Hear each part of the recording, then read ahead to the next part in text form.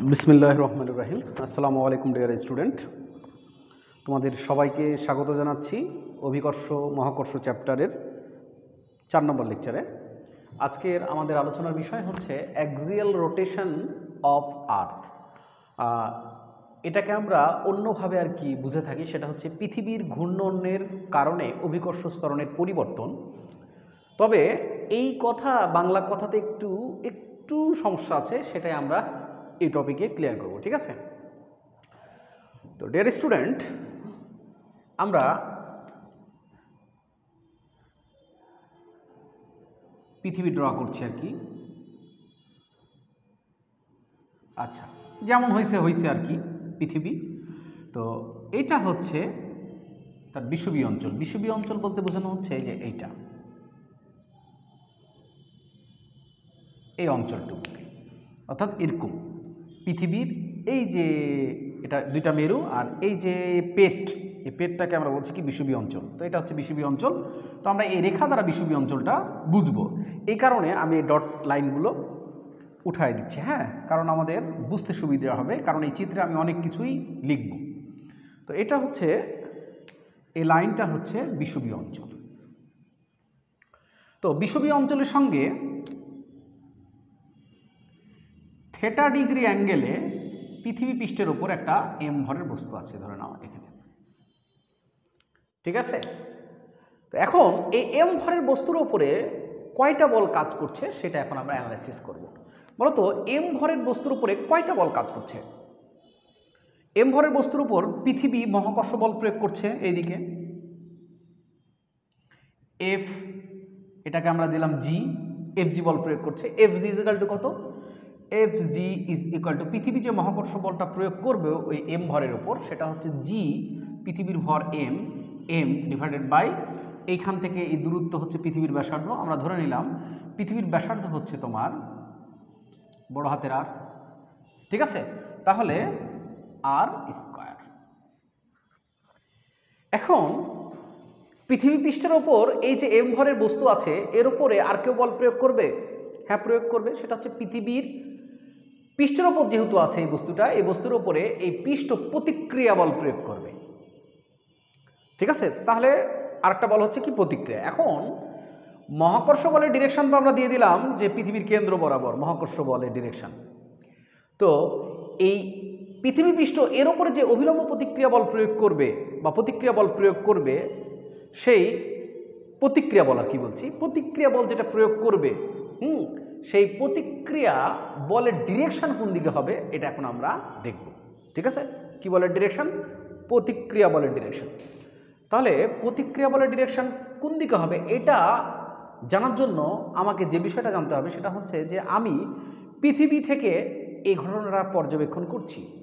এখন পৃথিবী থেকে যে ঘটনাটা পর্যবেক্ষণ করছি, এই পৃথিবী ঘূর্ণনশীল না স্থির এটাকে আমাকে জানতে হবে। তো আমরা এখন কনসিডার করব যে পৃথিবী ঘূর্ণনশীল না স্থির। তো পৃথিবী দুইটা হতে পারে। এক নম্বর, আমরা যদি ধরি পৃথিবী স্থির, তাহলে এটা হচ্ছে ইনারশিয়াল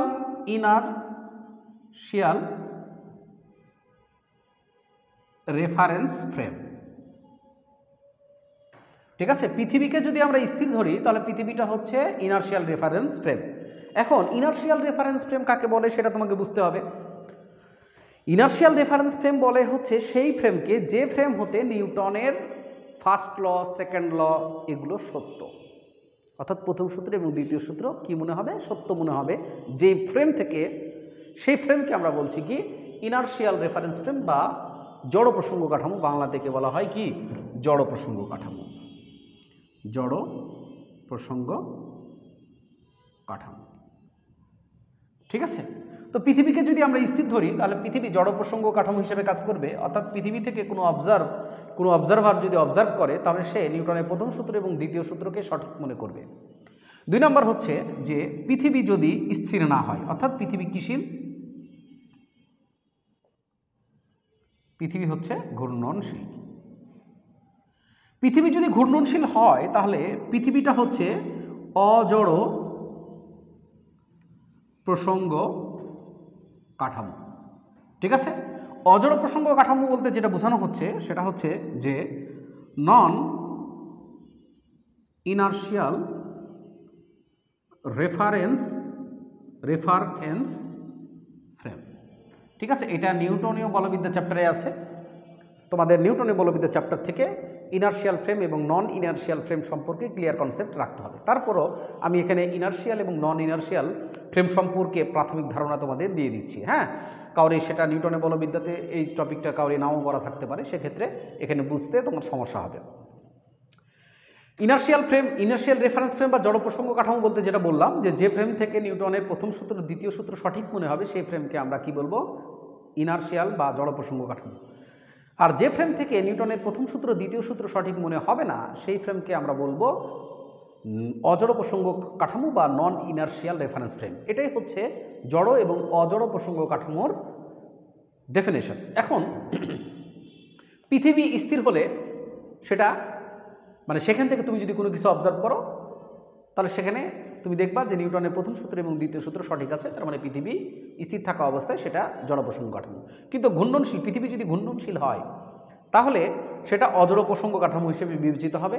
অর্থাৎ তুমি যদি পৃথিবীকে ঘূর্ণনশীল ধরো তাহলে পৃথিবী থেকে কেউ যদি কোনো ঘটনা অবজার্ভ করে তাহলে সে দেখবে যে নিউটনের দ্বিতীয় সূত্র এবং প্রথম সূত্র কি নাই, সঠিক নাই।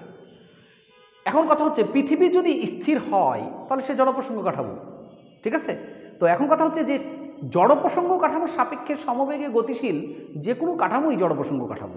তাহলে পৃথিবীকে যদি আমরা জড় প্রসঙ্গ কাঠামো ধরি, অর্থাৎ পৃথিবীকে যদি আমরা স্থির বিবেচনা করি তাহলে পৃথিবীর সাপেক্ষে সমবেগে গতিশীল যে কোনো কাঠামোই জড় প্রসঙ্গ কাঠামো।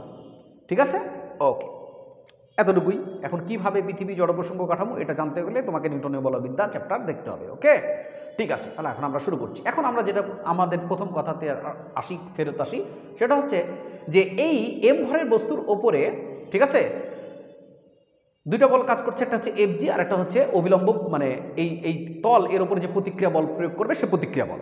ঠিক আছে, এখন এই প্রতিক্রিয়া বলের ডিরেকশন কোন দিকে হবে এটা আমরা এখন জানি না এবং আমরা বলতেও পারবো না যতক্ষণ পর্যন্ত না তুমি কনসিডার করবা যে তুমি যে পৃথিবী থেকে ক্যালকুলেশন করবা বা ওই বস্তুটাকে অবজার্ভ করবা সেই পৃথিবী তুমি স্থির ধরছো না গতিশীল ধরছো। তো প্রথমে আমরা ফার্স্ট নাম্বার আমরা ধরে নিলাম পৃথিবী স্থির। আমরা যদি পৃথিবী স্থির ধরি তাহলে আমরা পৃথিবী থেকে যেহেতু এটা অবজার্ভ করব আমরা দেখব কি এই কি স্থির। ঠিক আছে, এ যদি স্থির হয় তাহলে আমরা দেখব যে এর ওপরে নিট ফোর্স কত? 0।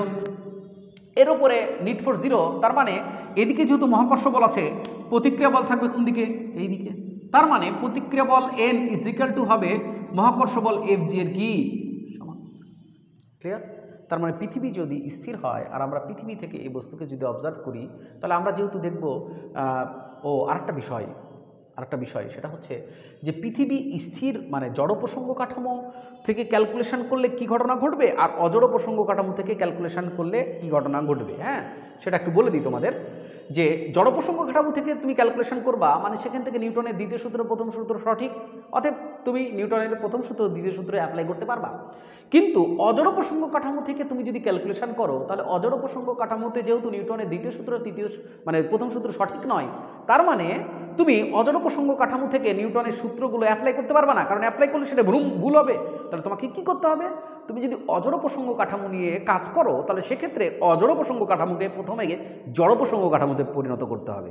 আর অজড় প্রসঙ্গ কাঠামোকে জড় প্রসঙ্গ কাঠামোতে পরিণত করার যে প্রক্রিয়া সেটা হচ্ছে অজড় প্রসঙ্গ কাঠামোতে তুমি যখন ক্যালকুলেশন করবা তখন একটা ধোঁকা বল একটা একের অধিক হতে পারে ধোঁকা বল কনসিডার করতে হবে।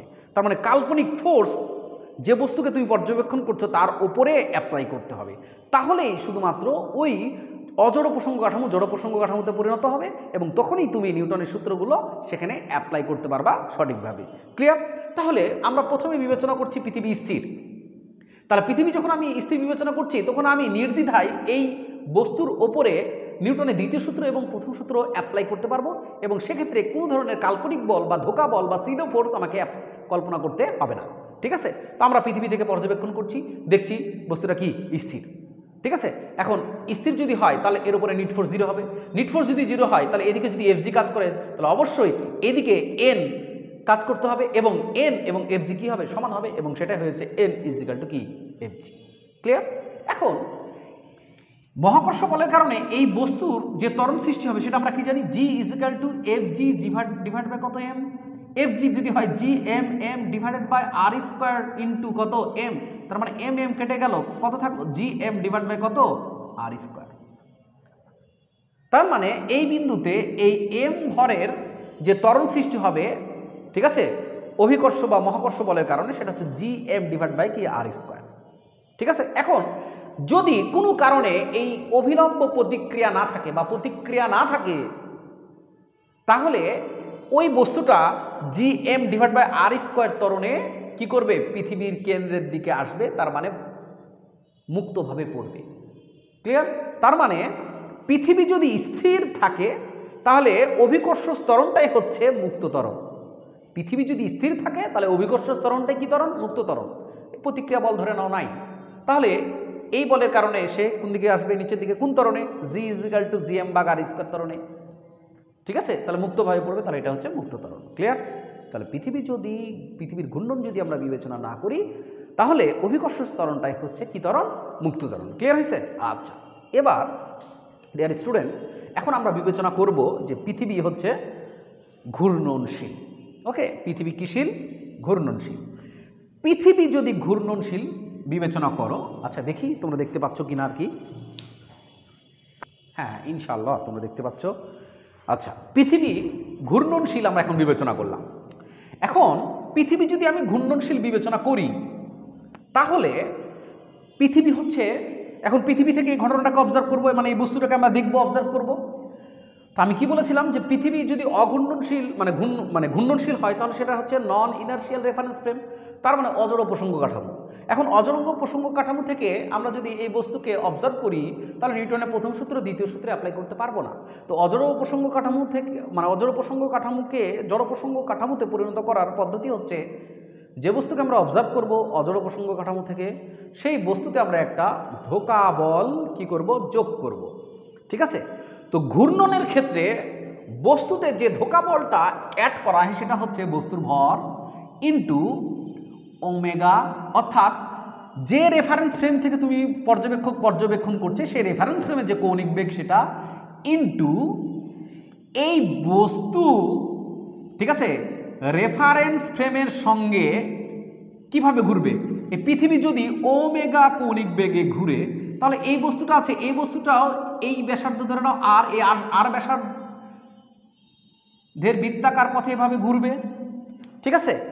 কথা বুঝতে পেরেছো? তাহলে এই বস্তুর উপরে যে সিডো ফোর্সটা বা ধোঁকা বলটা বা কাল্পনিক বলটা অ্যাড করতে হবে সেটা হচ্ছে বস্তুর ভর ইন্টু বস্তু যে কৌণিক বেগে ঘুরবে, তার মানে আমি যে রেফারেন্স ফ্রেম থেকে ঘূর্ণনশীল রেফারেন্স ফ্রেম থেকে ক্যালকুলেশন করছি সেই রেফারেন্স ফ্রেম যে কৌণিক বেগে ঘুরবে সেটা ইন্টু আমার বস্তু, ঠিক আছে, অক্ষকে কেন্দ্র করে যে বৃত্তাকার পথে ঘুরবে তার কি ব্যাসার্ধ, আর এখানে হবে কি স্কয়ার, এম ওমেগা স্কয়ার কি আর।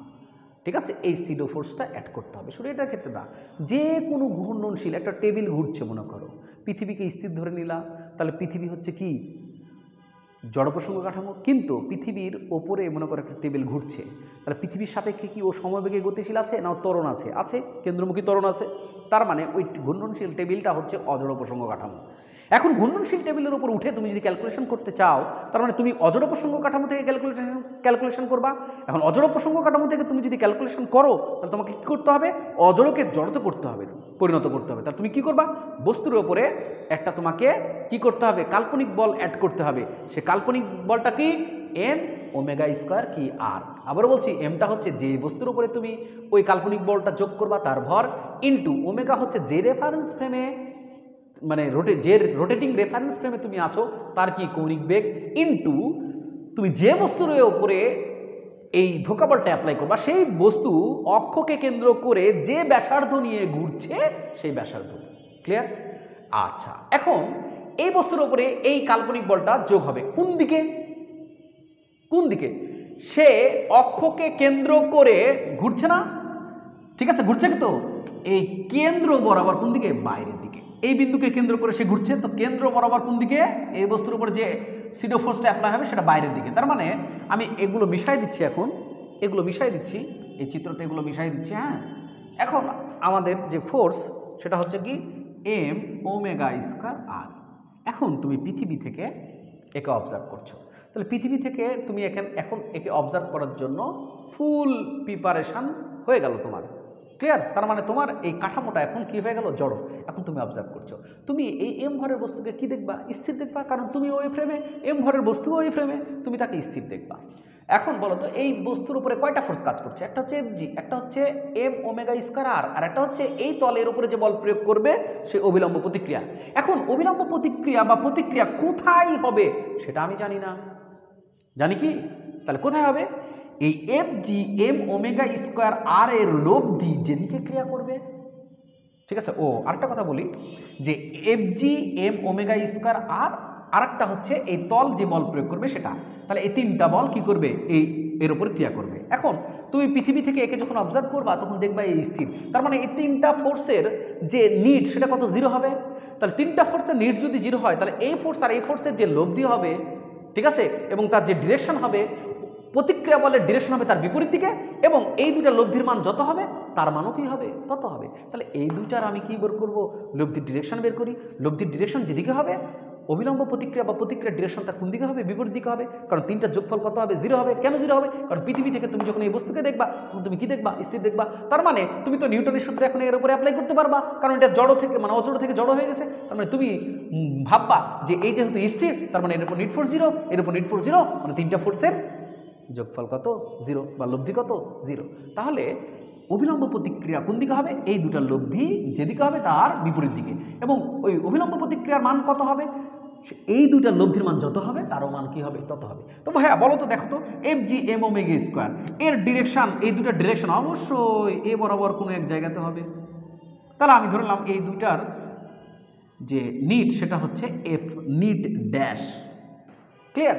তাহলে এই দুইটার যে লব্ধি তার ডিরেকশন যদি এদিকে হয়, তাহলে অভিলম্ব যে প্রতিক্রিয়া এন এখন পৃথিবীকে ঘূর্ণনশীল ধরে যে আমরা এখন ক্যালকুলেশন করছি, তার জন্য যে অবিলম্ব প্রতিক্রিয়া এন পেলাম তার ডিরেকশন কোন দিকে? এদিকে। ক্লিয়ার? বুঝতে পারছো না পারোনি? এখন এই প্রতিক্রিয়া যদি না থাকে, একটা বস্তুকে যদি আমরা ছেড়ে দিই মুক্তভাবে, তাহলে সে কোন দিকে পড়বে? পৃথিবীর কেন্দ্রের দিকে না, সে কোন দিকে পড়বে? এই দিকে। কোন ত্বরণে? এই F net dash, F dash নিটের জন্য, বলের জন্য যে ত্বরণ হবে তার জন্য, সেই ত্বরণে। তো ধরে নিলাম ওই ত্বরণটা জি ড্যাশ। তাহলে জি ড্যাশ ত্বরণে কি পড়বে? এ বরাবর সে পড়বে, পৃথিবীর কেন্দ্র বরাবর সে যাবে না, তবে যেতে পারে পৃথিবীর কেন্দ্র বরাবর, যেতে পারে পৃথিবীর কেন্দ্র বরাবর সে যেতে পারে, কিন্তু কি G is equal to G M divide by R square, এইটা যে মুক্ত ত্বরণ ছিল সেটা আর থাকবে না। মুক্ত ত্বরণটা কত হবে? জি ড্যাশ। তো কোন ক্ষেত্রে পৃথিবীর কেন্দ্র বরাবর যেতে পারে সেটা আমরা পরে দেখব। মানে এই জি ড্যাশের ডিরেকশন কিন্তু কেন্দ্র বরাবর না, তো কোনো কোনো ক্ষেত্রে জি ড্যাশের ডিরেকশন কেন্দ্র বরাবর হতে পারে, তো কোন ক্ষেত্রে সেটা আমরা আলোচনা করব। তাহলে এখান থেকে কি বুঝলাম? এখান থেকে আমরা বুঝলাম যে অভিকর্ষ, পৃথিবীকে যদি ঘূর্ণনশীল ধরি তাহলে অভিকর্ষ ত্বরণ আর এই যে মুক্ত ত্বরণ জি ড্যাশ, এটা কিন্তু কি না? সেম না, এবং ডিরেকশনও কি না? সেম না। কিন্তু পৃথিবীর ঘূর্ণন যদি বিবেচনা না করি তাহলে অভিকর্ষ ত্বরণ যা, মুক্ত ত্বরণও কি তা। আমি কি বুঝাতে পেরেছি তোমাদের? আচ্ছা, তাহলে আমরা এখন আমাদের টার্গেট হচ্ছে এফ নিট ড্যাশ, অর্থাৎ এই এফ জি আর এম ওমেগা স্কয়ার আর এর যে লব্ধি সেটা বের করব, এবং ওই লব্ধির জন্য যে ত্বরণ জি ড্যাশ মুক্ত ত্বরণ সেটা আমরা কি করব? বের করব। Dear student, clear?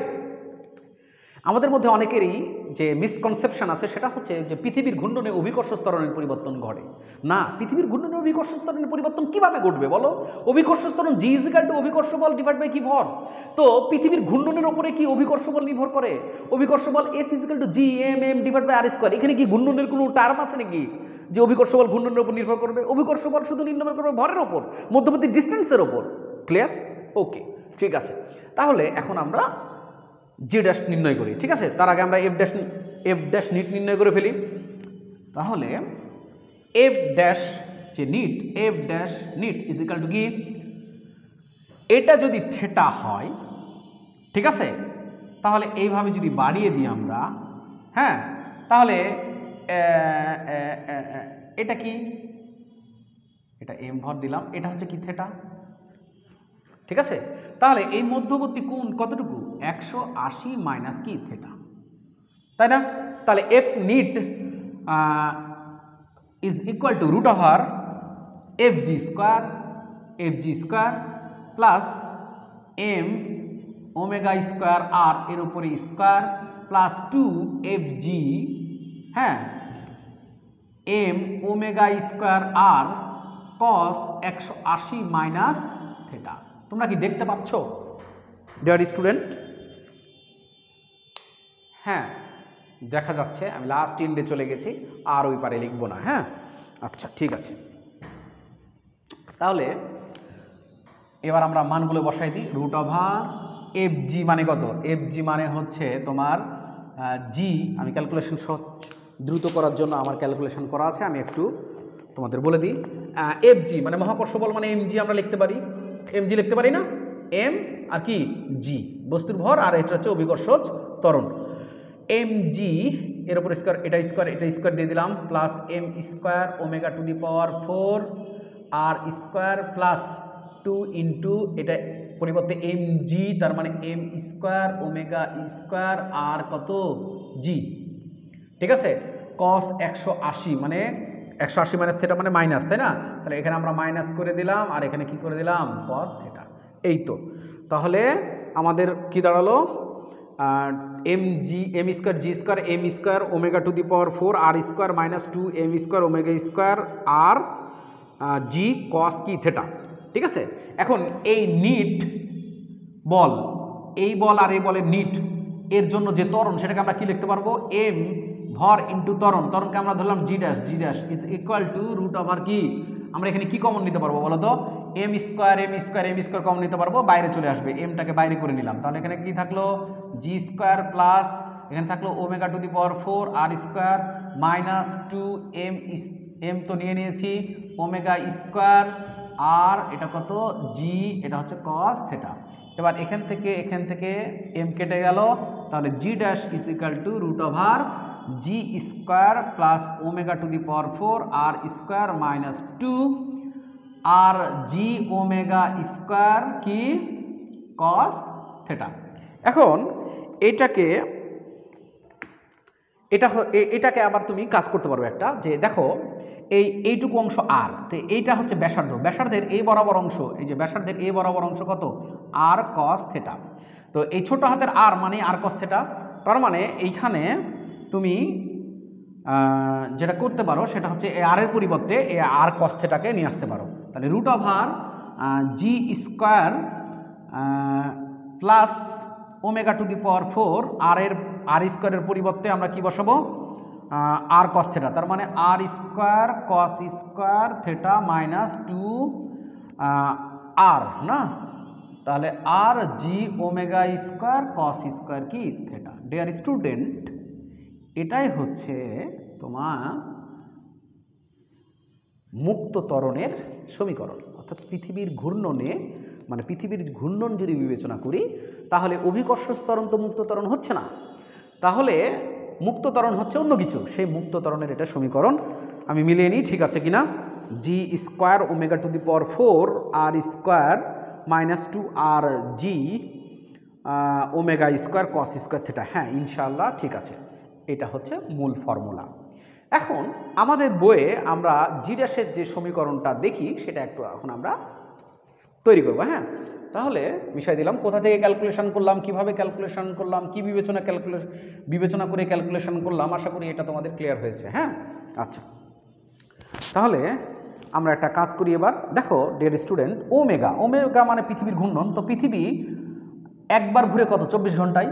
তাহলে 2 পাই ডিভাইড বাই টি, এখানে 24 ঘন্টা তুমি যদি বসাও আর কি, ঠিক আছে, তাহলে এখানে কত হবে? 2 পাই ডিভাইডেড বাই কত? 24কে 3600 দ্বারা গুণ, তাহলে রেডিয়ান পার সেকেন্ড যে অ্যান্সার আসবে, রেডিয়ান পার সেকেন্ড। এটা খুবই ক্ষুদ্র, তার মানে ওমেগা যেটা বের করবো সেটা খুবই ক্ষুদ্র। তাহলে মানে ক্ষুদ্র বলতে মানে একের চেয়ে তো ছোট, খুবই ক্ষুদ্র। একের চেয়ে ছোট জিনিসকে আবার যদি টু দি পাওয়ার 4 করো, তাহলে সে আরও ছোট হয়ে যাবে। ওই আরও ছোট জিনিসের সঙ্গে এটুকু যদি গুণ করো তুমি, তাহলে সেটা কিন্তু জিরোর কাছাকাছি চলে আসবে। তার মানে এই টার্মকে আমরা বাদ দিতে পারি, ঠিক আছে। তার মানে ওই টার্মকে যদি আমরা বাদ দিয়ে লিখি, তাহলে আমরা লিখব G dash is equal to G square minus 2r G omega square cos square কি থেটা। ডিয়ার স্টুডেন্ট, এখানে আমরা সমান সমান দিব না, আমরা এখানে দিব প্রায় সমান সমান। কেন প্রায় সমান সমান দিব? কারণ আমরা তো একটা টার্ম বাদ দিলাম, তাহলে কি ওটা কি সমান সমান হবে? হবে না, প্রায় সমান সমান। তো আমাদের বইয়ে অনেক বই লেখা আছে ডাইরেক্ট সমান সমান, তুমি সেটাও দিতে পারো, সমস্যা নেই, খুবই ক্ষুদ্র বলে নেগলেক্ট করলে আর কি। এখন আমরা এখান থেকে আমরা সমান সমানই দিচ্ছি, পরবর্তীতে আমরা সমান সমানটা উইথড্র করব। হ্যাঁ, তাহলে G dash is equal to root over, আমরা জি স্কোয়ার কমন নিলাম, জি স্কোয়ার কমন নিলে থাকে 1 minus 2 omega square cos square theta, 2 omega square cos square theta, আর এখানে আর হবে মানে 2r omega square cos square কি থেটা ডিভাইড বাই কত জি, যদি তুমি জি স্কোয়ার কমন নাও। তাহলে এখন জিটা বাইরে বের করে দাও, জি বাইরে বের করে দিলাম, তাহলে রুট ওভার থাকলো কি 1 minus 2r omega square cos square কি, ওরে বাবা এটা হবে থেটা, থেটা ডিভাইড বাই কত জি। হ্যাঁ, এবার G 1 minus 2r omega square cos square theta divide by G to the power কত মাইনাস হাফ।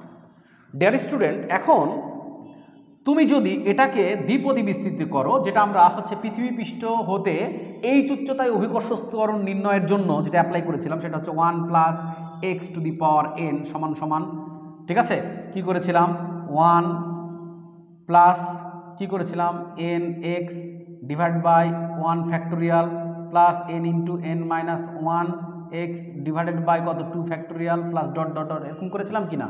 তো এটাও যদি এরকম করো, এই পুরাটাই হচ্ছে কি এই মাইনাস সহ পুরাটাই হচ্ছে কত এক্স ধরে নিবা, সমস্যা তো নাই। আর এটা হচ্ছে এন এর মান হচ্ছে মাইনাস কত হাফ, ঠিক আছে। যদি তুমি ধরে নাও তাহলে এরকম যদি তুমি দ্বিপদী বিস্তৃত করো, তাহলে দেখবা ফার্স্ট টার্ম এটা কি সেকেন্ড টার্ম, এই পরবর্তী টার্মগুলো আর নেওয়া লাগবে না, কারণ এগুলোর মান জিরোর কাছাকাছি কি চলে আসবে। এটা আমি পৃথিবী পৃষ্ঠ হতে এই উচ্চতায় অভিকর্ষ ত্বরণের সময় করে দিয়েছি, এই কারণে এখানে করলাম না, তোমরা আগের লেকচারটা দেখে নিবা, আগের লেকচার 3 নম্বর লেকচারে। তাহলে ওইটা করলে কি হবে, এই পাওয়ারটা সামনে চলে আসবে, তাহলে এটা যেটা হলো জি পাওয়ার সামনে চলে আসলে মাইনাস মাইনাসে কি প্লাস, তাহলে 1 প্লাস সরি এখানে মাইনাস কোথা থেকে এলো, এটা তো প্লাস, ঠিক আছে, এটা সামনে চলে আসবে, তাহলে এখানে মাইনাস হবে, ঠিক আছে। আর এই হাফটা এখানে চলে আসবে, হাফটা চলে আসলে নিচে 2 হবে, উপরে 2 এর সঙ্গে কেটে যাবে, তাহলে আর ওমেগা স্কোয়ার কস স্কোয়ার কি থেটা ডিভাইড বাই কত জি, ঠিক আছে। এখন জি দ্বারা গুণ করলে জি মাইনাস এ জি এর সঙ্গে জি কেটে যাবে, আর ওমেগা স্কোয়ার কস স্কোয়ার কি থেটা, তাহলে এটাও হচ্ছে জি ড্যাশ নির্ণয়ের কি সমীকরণ বা মুক্ত ত্বরণ নির্ণয়ের সমীকরণ। ডিয়ার স্টুডেন্ট, উঠিয়ে ফেলো তোমরা, হ্যাঁ সুন্দরভাবে উঠিয়ে ফেলো, হ্যাঁ ইনশাল্লাহ সব কিছু ভালোভাবে দেখা যাচ্ছে, উঠিয়ে ফেলো। তাহলে আমরা এখন যেটা বলবো আর কি সেটা শোনো, যে এটা হচ্ছে মুক্ত ত্বরণ, তো একে মুক্ত ত্বরণ বলা হয় ফ্রি ফল অ্যাসিলারেশন, ঠিক আছে। তাহলে এটা হচ্ছে মুক্ত ত্বরণ, জি ড্যাশটা হচ্ছে কি ত্বরণ, মুক্ত ত্বরণ। একে কার্যকরী ত্বরণও বলা হয়, কার্যকরী ত্বরণ, ঠিক আছে, একে কার্যকরী ত্বরণও বলা হয়। তাহলে জি ড্যাশ হচ্ছে মুক্ত ত্বরণ এবং কি কার্যকরী ত্বরণ। এবার বলো তো মুক্ত ত্বরণ এবং কার্যকরী ত্বরণের ডিরেকশন কি সেম? সেম না, হতে পারে কোনো কোনো ক্ষেত্রে মুক্ত ত্বরণ এবং অভিকর্ষ ত্বরণের ডিরেকশন সেম হতে পারে, কিন্তু মুক্ত ত্বরণ এবং অভিকর্ষ ত্বরণ কি না সেম না। কখন সেম? যদি আমরা পৃথিবীর ঘূর্ণনটা বিবেচনা না করি। ক্লিয়ার? আচ্ছা, এবং অন্য অন্য কোনো জায়গাতেও মুক্ত ত্বরণ অভিকর্ষ ত্বরণের সমান হতে পারে, সেগুলো আমরা কথা বলবো, কিন্তু সাধারণ অর্থে মুক্ত ত্বরণ এবং অভিকর্ষ ত্বরণ কিনা সমান না। তাহলে G dash is equal to G minus R omega square cos square theta, এটাকে মুক্ত ত্বরণও বলা হয়, কার্যকরী ত্বরণও বলা হয়, অর্থাৎ effective acceleration or free fall acceleration. Main সমীকরণ হচ্ছে এটা, এটা থেকে আমরা কিছু বাদ দিয়ে পেলাম এটা, ঠিক আছে। তো কেউ যদি অ্যাকচুয়াল অ্যান্সার জানতে চাও এটা অ্যাপ্লাই করবা, আর একটু ডেভিয়েটেড হবে যদি এই অ্যান্সারটা মানে এই সমীকরণ তোমরা অ্যাপ্লাই করো। ক্লিয়ার? ওকে, এখন খেয়াল করো জি ড্যাশ জি এর চেয়ে কি ছোট, তার মানে মুক্ত ত্বরণ অভিকর্ষ ত্বরণের ছোট, তার মানে জি ড্যাশ হ্যাঁ লেস দেন কি জি, তার মানে জি ড্যাশ হতে জি বড়, ঠিক আছে। তার মানে মুক্ত ত্বরণ অভিকর্ষ ত্বরণ অপেক্ষা ছোট। এখন কেন ছোট হলো? মুক্ত ত্বরণ আরেকটা বলে দিচ্ছি, জি ড্যাশ মুক্ত ত্বরণ কিন্তু প্রকৃতপক্ষে কেন্দ্র বরাবর ক্রিয়া করে না, ঠিক আছে, জি কেন্দ্র বরাবর ক্রিয়া করে কিন্তু জি ড্যাশ করে না। এখন জি ড্যাশ হতে জি বড়, তার মানে জি হতে জি ড্যাশ ছোট। কেন? কারণ পৃথিবীর ঘূর্ণনের কারণেই এই কার্যকরী ত্বরণ যেটাকে আমরা বলছি জি ড্যাশ, সেটা জি থেকে কি হয়ে যায়? ছোট হয়ে যায়। কেউ যদি বলে জি ড্যাশ কেন জি এর চেয়ে ছোট, তুমি বলবা পৃথিবীর ঘূর্ণনের প্রভাবের কারণে। ক্লিয়ার? ওকে, এবার আমরা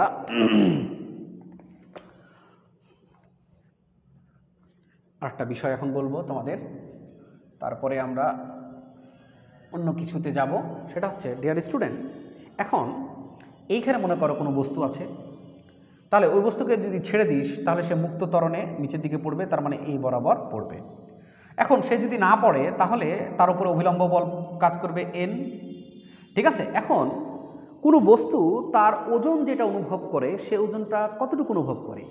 কোনো বস্তু যদি কোনো তলে দাঁড়ায় তাহলে সেই তল তার ওপরে যে বল প্রয়োগ করে, ভালো করে শোনো, কোনো বস্তু যখন কোনো তলে দাঁড়ায় তখন ওই বস্তু তার ওপর, ঠিক আছে, অভিলম্বভাবে যে বলটা কি করে? প্রয়োগ করে, সেটাই সে তার ওজন হিসাবে কি করে? অনুভব করে। মানে তাহলে এখানে বলো তো, এখানে যদি কোনো বস্তু দাঁড়ায় তাহলে সে অভিলম্ব বরাবর যে বল অনুভব করবে সেটা এন। ঠিক আছে, এন মানে কার সমান? ভর ইন্টু মুক্ত ত্বরণের কি সমান? এতটুকু ওজন অনুভব করবে। তাহলে বস্তুর ওজন আসলে কি? এমজি। ভর ইন্টু অভিকর্ষজ ত্বরণ না, বস্তুর ওজন মানে ভর ইন্টু মুক্ত ত্বরণ। এই মুক্ত ত্বরণ অভিকর্ষজ ত্বরণের সমান হতেও পারে, নাও পারে। ক্লিয়ার হয়েছে? ওকে, তাহলে আমরা আমাদের ওয়েট মেশিনে যে ওজনটা মাপি সে ওজনটা কি? W is equal to M G, W is equal to M G dash, M G dash. Clear? Okay, এবার আমরা কয়েকটা ক্ষেত্রে অভিকর্ষ মানে মুক্ত ত্বরণ নির্ণয় করি, সেটা হচ্ছে বিষুবীয় অঞ্চল, এগুলো মিশাই দিলাম আমি।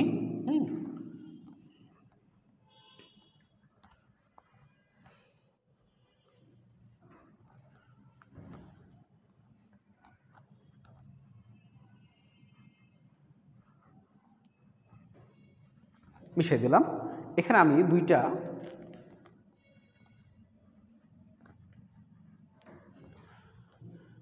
সমীকরণ আবার লিখে রাখছি। সেটা হচ্ছে যে জি dash is equal to G minus omega square R cos square কি থেটা, এটা আর এটা কি প্রায় সমান সমান, তাই না? আর আরেকটা হচ্ছে G dash is equal to original, যেটা অরিজিনালটা কি ছিল? Root over G square minus omega to the power 4 R square minus 2 G R omega square cos theta. আর আর এর মান যদি আমরা বসায় দিই, আর মানে হচ্ছে তোমার এই যে আর মানে হচ্ছে আর কস থেটা, তাহলে কি G square plus omega to the power 4 R square cos square কি theta minus 2 G R omega square cos square কি থেটা। এই ঠিক আছে, এটা হচ্ছে অরিজিনাল, এটা হচ্ছে অরিজিনাল না, কিছুটা ডেভিয়েটেড। এখন বিষুবীয় অঞ্চলে, অর্থাৎ বস্তুটা যদি এখানে না থেকে এখানে থাকে তাহলে মুক্ত ত্বরণ কত হবে? মুক্ত ত্বরণের মান সেটা এখন আমরা নির্ণয় করব। তো আমরা এই সমীকরণ দ্বারা নির্ণয় করি আর এই সমীকরণ দ্বারা নির্ণয় করি, দুই ক্ষেত্রে কিন্তু একই অ্যান্সার আসবে। ঠিক আছে, এই বিষুবীয় অঞ্চলের ক্ষেত্রে। ঠিক আছে, সেটা হচ্ছে জি ড্যাশ ইজিক্যাল টু, আমরা মেন ফর্মুলা অ্যাপ্লাই করলাম, বিষুবীয় অঞ্চলে আমরা বিষুবীয় অঞ্চলে আমরা জি ড্যাশ নির্ণয় করব। ঠিক আছে, বিষুবীয় অঞ্চলের জি ড্যাশ, তাহলে বিষুবীয় অঞ্চলের জি ড্যাশ নির্ণয়, জি ড্যাশ ইজিক্যাল টু কত? G square omega to the power 4 R square cos square কি থেটা, হ্যাঁ, minus 2 G R omega square cos square কি থেটা। এই তো নাকি? এখন আমরা বিষুবীয় অঞ্চলে দেখো তো, বিষুবীয় অঞ্চলে বস্তুটি যদি থাকে তাহলে থেটা কত? 0। তাহলে থেটা 0 যদি আমি বসাই দিই তাহলে কি হবে? G square plus omega to the power 4 cos 0 মানে 1, তার মানে R square minus 2 G R omega square. এই তো, এখন রুট ওভার জি স্কোয়ার, এটাকে আমরা যদি একটু সাজিয়ে লিখি আমরা তাহলে কি পাবো? ওমেগা স্কোয়ার আর এর উপরে square minus 2g into omega square R, এটা তার মানে কি A square plus B square minus 2ab, তার মানে কি A plus A minus B whole স্কোয়ারের সূত্র। তার মানে আমরা এখান থেকে লিখতে পারি যে রুট ওভার জি মাইনাস ওমেগা স্কোয়ার আর হোল স্কোয়ার, এখানে কে বড়, জি বড় ওমেগা স্কোয়ার আর থেকে, এই কারণে আমরা লিখতে পারতাম যদি ওমেগা স্কোয়ার আর বড় হতো, ঠিক আছে, তাহলে আমাদের লিখতে হতো ওমেগা স্কোয়ার আর মাইনাস জি। এখন কিভাবে তুমি বুঝতে পারবা ওমেগা স্কোয়ার আর এর চেয়ে জি বড়? জি হচ্ছে অভিকর্ষ স্তরণ পৃথিবী পৃষ্ঠে, যেটা আমরা 9.8 ধরি, কিন্তু ওমেগা স্কোয়ার আর এটা তো একের চেয়ে অনেক ছোট, আবার এর উপর স্কোয়ার করছে আরও ছোট হবে, আর এর সঙ্গে গুণ করলে আরও ছোট হয়ে যাবে, দেখবা মানটা জি এর চেয়ে কম আসবে। তারপরও অন্যভাবে কীভাবে বোঝা যায় সেটা আমি দেখাচ্ছি চিত্রতে, যে ওমেগা স্কোয়ার আর অপেক্ষা জি কেন বড়। হ্যাঁ, এখন এটার সঙ্গে এটা কেটে গেল, তাহলে G dash is equal two থাকলো জি মাইনাস ওমেগা স্কোয়ার আর। ডিয়ার স্টুডেন্ট, এটাই হচ্ছে বিষুবীয় অঞ্চলে মুক্ত ত্বরণ। এখন বিষুবীয় অঞ্চলে যে মুক্ত ত্বরণ পেলা, তার ডিরেকশনটা কোন দিকে? আচ্ছা, বস্তুটি যদি এখানে কাজ করে, তাহলে এখানে ওর উপরে কয়টা ফোর্স, যেহেতু আমরা নন ইনার্শিয়াল ফ্রেম থেকে ক্যালকুলেশন করছি ইনার্শিয়াল করে, তাহলে এখানে কয়টা ফোর্স কাজ করবে? একটা হচ্ছে বিমুখী বল, সেটা হচ্ছে কি এম ওমেগা স্কোয়ার, আর যে বৃত্তাকার পথে ঘুরবে সেটা এখন আর, এই যে আর। আরেকটা ফোর্স হচ্ছে কত? এফজি, এফজি এইদিকে, এফজি মানে কত? এমজি। আচ্ছা, ঠিক আছে। এখন আরেকটা ফোর্স আছে অভিলম্ব প্রতিক্রিয়া, ঠিক আছে, সে কোন দিকে কাজ করবে? এই দুইটার লব্ধি যেদিকে কাজ করবে তার বিপরীত দিকে, কারণ এই তিনটার যোগফল 0 হবে, তাহলে এটার লব্ধি কোন দিকে হবে? যেহেতু অভিলম্ব প্রতিক্রিয়ার ডিরেকশন এদিকে, তার মানে এটার লব্ধি ডিরেকশন অবশ্যই এদিকে হবে। তাহলে এটার লব্ধি ডিরেকশন যদি এদিকে হয়, তাহলে এমজি অবশ্যই এম ওমেগা স্কয়ার আর চেয়ে বড়, ঠিক আছে। তো দুইজনের ক্ষেত্রে এম এম তো সেম, তাহলে জি অবশ্যই ওমেগা স্কয়ার আর এর চেয়ে বড়, যেটা আমরা এখানে করেছি। ক্লিয়ার? তার মানে বিষুবীয় অঞ্চলে যখন থাকবে তখন এই দুইটা ফোর্সের যে ডিরেকশন, লব্ধি ডিরেকশন সেটা এদিকে হবে, আর এনের ডিরেকশন এদিকে হবে, এবং এন এবং এটু কি সেম, এবং এখানে আমরা তাকে স্থির দেখব, যেহেতু পৃথিবী দিয়ে ক্যালকুলেশন করছি, তার মানে ফলাফল কি আসবে? 0, তিনটার। ক্লিয়ার না? ক্লিয়ার না? তার মানে এই ক্ষেত্রে M omega square R M G এর যে লব্ধি সেটা এই বরাবর কাজ করবে, তার মানে জি ড্যাশের ডিরেকশন সেটা কেন্দ্র বরাবর কাজ করবে। তার মানে মুক্ত ত্বরণের ডিরেকশন এবং অভিকর্ষ ত্বরণের ডিরেকশন সেম। কোথায়? বিষুবীয় অঞ্চলে। কিন্তু মুক্ত ত্বরণ এবং অভিকর্ষ ত্বরণ কিনা সেম না। দেখো, G dash is equal to G minus omega square R. আশা করি তোমাদের আমি বুঝাতে পেরেছি ডিয়ার স্টুডেন্ট। ক্লিয়ার? এখন এইটা হচ্ছে মেন সূত্র অ্যাপ্লাই করে তুমি জি ড্যাশটা বের করলা। তুমি যদি এটা অ্যাপ্লাই করতে তাও কিন্তু বের হতো, এটা অ্যাপ্লাই করলেও বের হতো, কারণ এখানে তুমি পেয়েছিলে G dash is equal to G minus omega square R, ঠিক আছে। এটাও করলো একই পেতা অ্যান্সার, সেটা দেখাচ্ছি। এটা তুমি যদি অ্যাপ্লাই করতা, এখানে আমি অ্যাপ্লাই করে দেখাচ্ছি, তা G dash is equal to G minus omega square R cos square কি থেটা। থেটার মান 0 ডিগ্রি, থেটার মান 0 ডিগ্রি হলে জি মাইনাস ওমেগা স্কোয়ার, থেটার মান 0, 0 মানে 1, তার মানে ওমেগা স্কোয়ার আর, একই তো ফেরত পেলা। ক্লিয়ার না? ক্লিয়ার না?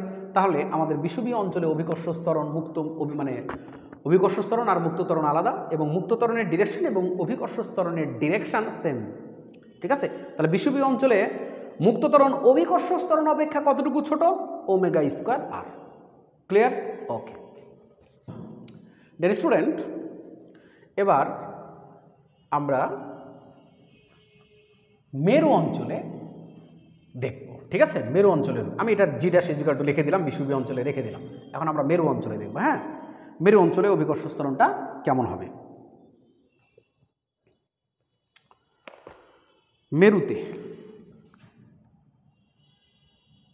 মেরুতে মুক্ত ত্বরণ, অভিকর্ষ ত্বরণ বলেছি কারণ আছে। মেরুতে মুক্ত ত্বরণ কেমন হবে? আচ্ছা, মেরুতে থেটাটা কত? 90 ডিগ্রি, তার মানে মেরুতে থেটা হচ্ছে 90 ডিগ্রি। আচ্ছা, তাহলে জি ড্যাশ আমরা এটা অ্যাপ্লাই করি আর এটা অ্যাপ্লাই করি, অ্যান্সার সেম আসবে, ঠিক আছে। কারণ কস স্কোয়ারের মান যা, কসের মানও কি তা, এই কারণে কি আসবে? সেম আসবে। আচ্ছা, এবার দেখো, G dash is equal two, যেহেতু থেটার মান 90 ডিগ্রি, তার মানে পুরাটাই 0, এখানেও পুরাটাই কি 0, তাহলে থাকলো গে জাস্ট জি স্কোয়ার। তার মানে √g² ইজ ইকুয়াল টু কত g। তার মানে মেরুতে মুক্ত ত্বরণ এবং অভিকর্ষ ত্বরণ সেম। মেরুতে মুক্ত ত্বরণ এবং অভিকর্ষ ত্বরণ সেম, ঠিক আছে। এখন কথা হচ্ছে মেরুতে অভিকর্ষ ত্বরণ আর মুক্ত ত্বরণ সেম কেন? কারণ মেরুতে যারা থাকবে তারা কিন্তু ঘূর্ণন, তাদের উপর কিন্তু ঘূর্ণন ইফেক্ট নাই। মেরু কি ঘুরবে? এখানে যে থাকবে সে ঘুরবে, এখানে যে থাকবে ঘুরবে, এখানে কে যে থাকবে সে ঘুরবে? ঘুরবে না। তার মানে মেরুতে ঘূর্ণনের প্রভাব না থাকার কারণে মেরুতে অভিকর্ষ ত্বরণ যা, মুক্ত ত্বরণও তা। তোমাকে তো বলেই দিয়েছি পৃথিবীর ঘূর্ণন যদি না থাকে অভিকর্ষ ত্বরণ যা, মুক্ত ত্বরণও তা। তো মেরুতে পৃথিবীর ঘূর্ণনের কোনো প্রভাব নাই, এই কারণে মেরুতে অভিকর্ষ ত্বরণ এবং মুক্ত ত্বরণ কি সেম। ডিয়ার স্টুডেন্ট, এখন তোমাকে যদি প্রশ্ন করা হয় যে বিষুবীয় অঞ্চল হতে মেরু অঞ্চলে যে মুক্ত ত্বরণ তার পার্থক্য কত? পার্থক্য হচ্ছে ω² আর। ω² কি আর। তার মানে সবচেয়ে কম মুক্ত ত্বরণ এই জায়গাতে। কারণ দেখো এখানে কস টস কিছু নাই, আছে নাই। এখানে যদি কস থাকতো তাহলে এই মানটা কি হতো? কম হতো। তার মানে জি থেকে কম বিয়োগ হতো, কিন্তু সেটা কি আছে? নাই। তাহলে সবচেয়ে কম মুক্ত ত্বরণ হচ্ছে বিষুবীয় অঞ্চলে, আর সবচেয়ে বেশি মুক্ত ত্বরণ হচ্ছে কোথায়? মেরু অঞ্চলে। এবং সেই মুক্ত ত্বরণটা অভিকর্ষ ত্বরণের কি সমান। বুঝাতে পেরেছি? ওকে ডিয়ার স্টুডেন্ট,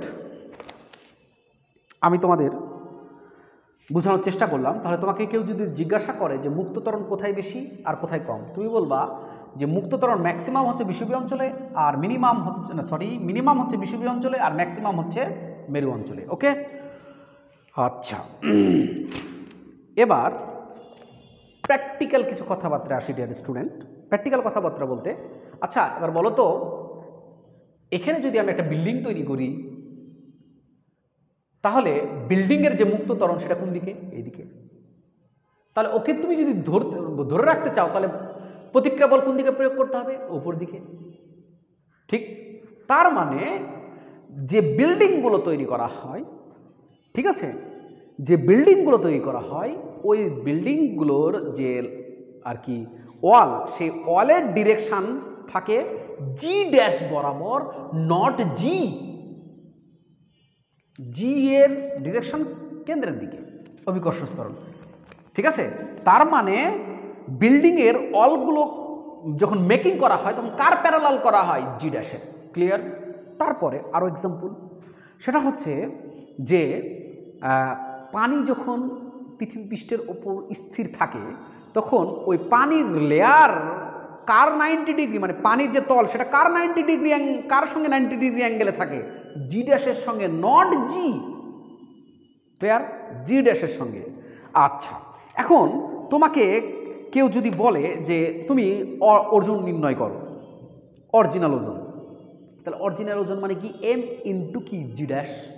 তাহলে M ইন্টু G' কীভাবে তুমি নির্ণয় করবা? মনে করো যে তুমি ওজন নির্ণয় করতে চাচ্ছ, তাহলে তুমি একটা কাজ করো, একটা সুতা ঝুলিয়ে দাও, ওই সুতাতে বস্তুটা ঝুলবে, ওই বস্তুর ওজন হবে সুতার টান যত তত। কেন? কারণ ওই বস্তু নিচের দিকে যে বলটা আকর্ষিত হবে সেটা হচ্ছে কি? F'। ওই F'-কে কন্ট্রোল করছে কে? সুতার টান। তো সুতার টান যা হবে F' তা হবে, আর F' মানে তো mg', তার মানে তার ওজন। ক্লিয়ার? ওকে। তাহলে স্প্রিং যে নিক্তি সেটাও কি নির্দেশ করে? mg'। ক্লিয়ার? ওকে। আমাদের ওয়েট মাপার মেশিন সেটা কি নির্দেশ করে? mg', mg না, ঠিক আছে। আচ্ছা, এখন যদি তুমি বিষুবীয় অঞ্চলে বিল্ডিং তৈরি করতে চাও তাহলেও সেখানে যে ওয়ালগুলো আছে সেগুলো কার প্যারালাল করতে হবে? G'-এর। আর বিষুবীয় অঞ্চলে G' আর G এর ডিরেকশন একই দিকে, তার মানে G' G এর parallel. Clear? Okay dear student,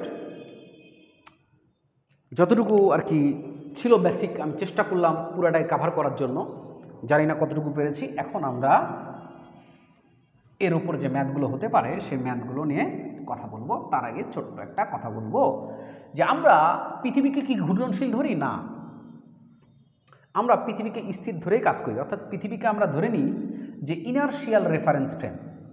এখন কেন আমরা পৃথিবীকে স্থির ধরি অর্থাৎ ইনারশিয়াল রেফারেন্স ফ্রেম হিসেবে কনসিডার করি সেটা এখন আমি তোমাদের বলছি। তার আগে আরও কিছু কথা বলিনি যে ইনারশিয়াল এবং নন ইনারশিয়াল ফ্রেম একটা অনেক বড় কনসেপ্ট, এটা ভালো করে বুঝতে হলে তোমাকে নিউটনের বলবিদ্যাতেই বুঝতে হবে, ঠিক আছে? আচ্ছা, এখন আমি যখন ক্লাস নিচ্ছি আর কি, এই মুহূর্তে আমি যখন এই চ্যাপ্টারের ভিডিও তৈরি করছি, তখন কিন্তু আমার নিউটনের বলবিদ্যার ভিডিও তৈরি করা নাই। এই কারণে আমি তোমাকে বলতে পারছি না যে তুমি নিউটনের বলবিদ্যার ভিডিও দেখো। তবে ইনশাআল্লাহ এই ভিডিও কেউ যদি কখনো দেখো এবং তার যদি প্রয়োজন হয় যে আমার জড় প্রসঙ্গ কাঠামো, অজড় প্রসঙ্গ কাঠামো ক্লিয়ার কনসেপ্ট দরকার, তাহলে সে আবার একটু চেক করবা, কারণ আমি ভিডিওগুলো দিতেও পারি তোমার দেখার আগে। ক্লিয়ার? ওকে। এখন বিষুবীয় অঞ্চলে G dash is equal to G minus omega square R. তো এই ওমেগা স্কোয়ার আর হিসাব করে আমি যেটা পেয়েছি সেটা হচ্ছে, তুমি যদি হিসাব করো আর কি করবা, আচ্ছা লিখে দিই, 2π ডিভাইডেড বাই 24 ঘন্টা 3600 সেকেন্ডে করে নিলাম, এর উপর স্কোয়ার দিলাম, ইন্টু পৃথিবীর ব্যাসার্ধ হচ্ছে 6400 কিলোমিটার, মানে 6400 ইন্টু 10⁻³ ওকে। এখন এটা যদি ক্যালকুলেট করো, জি মাইনাস এটা ক্যালকুলেট করলে যেটা আসবে সেটা হচ্ছে 0.034। তার মানে সর্বোচ্চ যে পার্থক্য অভিকর্ষ স্তরণ এবং মুক্ত ত্বরণের মধ্যে, সেটা বিষুবীয় অঞ্চলে, এবং সেটা কত? 0.034 মিটার পার সেকেন্ড স্কোয়ার। তো এটা খুবই ছোট পার্থক্য। এই ছোট পার্থক্যের কারণে আমরা ধরে নিই যে মুক্ত ত্বরণ এবং অভিকর্ষ স্তরণ কিন্তু কি সেম, ধরে নিই, মানে থিওরিটিক্যালি করার জন্য, কিন্তু অরিজিনালি আসলে ধরা যাবে না, ঠিক আছে? ধরে নিই যে জি ড্যাশ এবং জি কি সেম, তার মানে জি ড্যাশ আর জি যেহেতু সেম, তার মানে পৃথিবী ঘূর্ণনশীল না ধরে আমরা তাকে কি ধরি? স্থির ধরি। তার স্টুডেন্ট, আমরা পৃথিবীকে কেন স্থির ধরি সেটা হয়তো তোমাদের বোঝাতে পেরেছি। এখন আমরা ম্যাথে চলে যাব। হ্যাঁ, ওকে।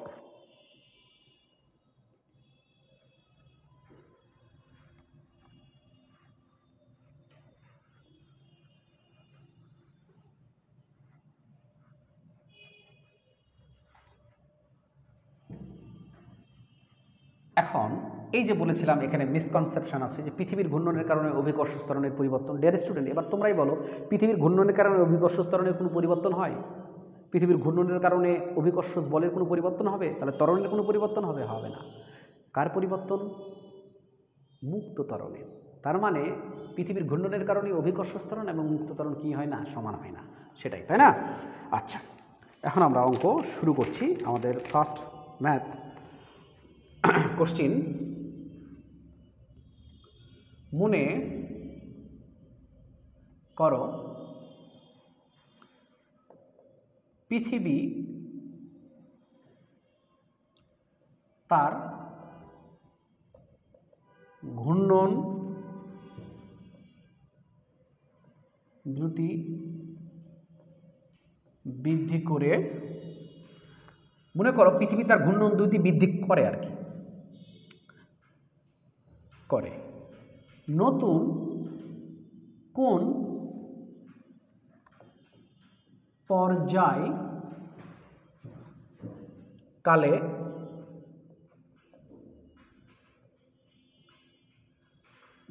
কোন পর্যায়কালে বিষুবীয়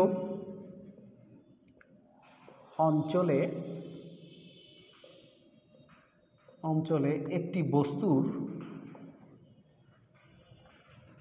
ওজন 0 হবে।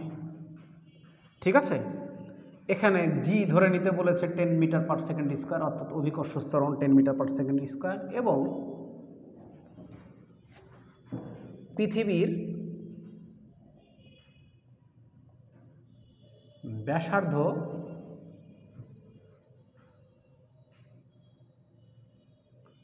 আর ইজিক্যাল টু 6400 কিলোমিটার। এই ঠিক আছে ডিয়ার স্টুডেন্ট, এটাই তোমাদের এখন করতে হবে। তো দেখো এখানে কি বলেছে যে মনে করো পৃথিবী তার ঘূর্ণন দ্রুতি বৃদ্ধি করে, নতুন কোন পর্যায়কালে বিষুবীয় অঞ্চলে একটি বস্তুর ওজন 0 হবে। তাহলে পৃথিবীর একটা তো পর্যায় আছে, সেটা হচ্ছে কি, পৃথিবী কি করে বলতো? পৃথিবীর পর্যায়কাল হচ্ছে টি ইজিক্যাল টু 24 আওয়ার, অর্থাৎ 24 ঘন্টায় সে নিজ অক্ষে একবার ঘুরে, এটাই হচ্ছে তার পর্যায়কাল। এখন বলছে যে বিষুবীয় অঞ্চলে একটা বস্তু যদি নিজেকে ওজনহীন অনুভব করে, তাহলে নতুন পর্যায়টা কত? তাহলে একটা কাজ করতে হবে যে বিষুবীয় অঞ্চলে একটা বস্তু যদি নিজেকে ওজনহীন অনুভব করে, তাহলে সেক্ষেত্রে পৃথিবী কোন কৌণিক বেগে ঘুরবে এটা নির্ণয় করতে হবে। ওই কৌণিক বেগের জন্য যে পর্যায়কাল সেটা নির্ণয় করলে আমরা নতুন পর্যায়কালটা পেয়ে যাব। তাহলে আমরা ধরে নিচ্ছি যে বিষুবীয় অঞ্চলে ওজন শূন্য, তাই না? বিষুবীয় অঞ্চলে ওজন শূন্য, তার মানে বিষুবীয় অঞ্চলে যে মুক্ত ত্বরণ সেটা কত শূন্য, তার মানে বিষুবীয় অঞ্চলে মুক্ত ত্বরণ G dash is equal to G minus omega square R. যেহেতু বিষুবীয় অঞ্চলে মানে ওজন শূন্য, তার মানে মুক্ত ত্বরণ শূন্য, কারণ আমরা জানি ওজন মানে ভর ইন্টু মুক্ত ত্বরণ, তাহলে মুক্ত ত্বরণ শূন্য হলেই ওজন শূন্য হবে, শূন্য, তার মানে জি সমান সমান ওমেগা স্কয়ার কি আর। ঠিক আছে, তার মানে এখান থেকে আমরা ওমেগা পাবো, omega is equal to G divide by R root over এটা। এখন আমরা কি করব, এখান থেকে ওমেগা থেকে টাইম পিরিয়ড নির্ণয় করব, নতুন টাইম পিরিয়ড। তো এটা আমরা আর কি জি ড্যাশ দিলাম, এটাও আমরা জি ড্যাশ মানে ওমেগা ড্যাশ দিলাম, ওমেগা ড্যাশ দিলাম। তাহলে ওমেগা ড্যাশ মানে কত, 2 পাই ডিভাইড বাই নতুন টি ড্যাশ স্কোয়ার, ঠিক আছে, স্কোয়ার বলছি, is equal to root over কত জি ডিভাইড বাই কত আর। ঠিক আছে, এখন T dash is equal to root over R divide by G into কত 2 পাই। এই তো, তাই না? এটাই তো। আচ্ছা, এখন কি করো, গুণ করে দাও। রুট ওভার আর মানে কত 6400 ইন্টু 10⁻³ জি এর মান কত 10 ইন্টু 2 ইন্টু কত পাই। এটা যদি ক্যালকুলেট করো, আমার ক্যালকুলেট করা আছে, তাহলে তুমি যেটা পাবা সেটা হচ্ছে 5.0265 ইন্টু 10⁻³ সেকেন্ড। এর অর্থ হচ্ছে 1.396 আওয়ার, তার মানে আমরা ধরে নিতে পারি 1.4 আওয়ার। ঠিক আছে, এরকমও বলতে পারে যে মনে করো পৃথিবী তার ঘূর্ণন দ্রুতি বৃদ্ধি করে, নতুন কোন পর্যায়কালে বিষুবীয় অঞ্চলে একটি বস্তুর ওজন শূন্য হবে, এ কথা না বলে বলতে পারে যে বিষুবীয় অঞ্চলে যদি একটা বস্তুর ওজন শূন্য হয় তাহলে দিনের দৈর্ঘ্য কত, যেটা পর্যায়কাল সেটা দিনের দৈর্ঘ্য, তার মানে তখন দিন হবে কত 1.4 আওয়ারের। ঠিক আছে, কথা বুঝতে পেরেছো? 1.4 আওয়ারের। দিন বলতে একটা পুরা দিন, রাত দিন মিলে, ঠিক আছে, পুরা দিনের, ঠিক আছে, 24 ঘন্টার জায়গায় কত হবে 1.4 আওয়ার। ক্লিয়ার? ওকে, তাহলে আমাদের এটা শেষ হলো।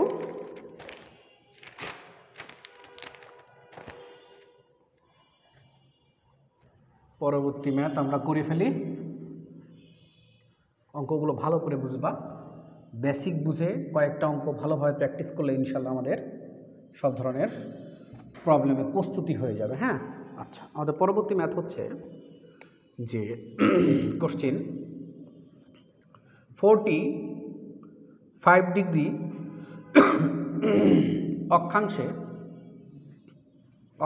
অক্ষাংশে জি এর পরিবর্তন নির্ণয় করো।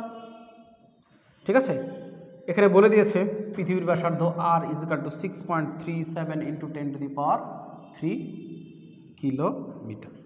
যেটা বলবে তুমি সেটাই করবা, আর যদি না দেওয়া থাকে পৃথিবীর ব্যাসার্ধ তুমি ধরে নেবা 6400 কিলোমিটার। ঠিক আছে, তাহলে 45 ডিগ্রি অক্ষাংশে জি এর পরিবর্তন নির্ণয় করো, জি এর পরিবর্তন।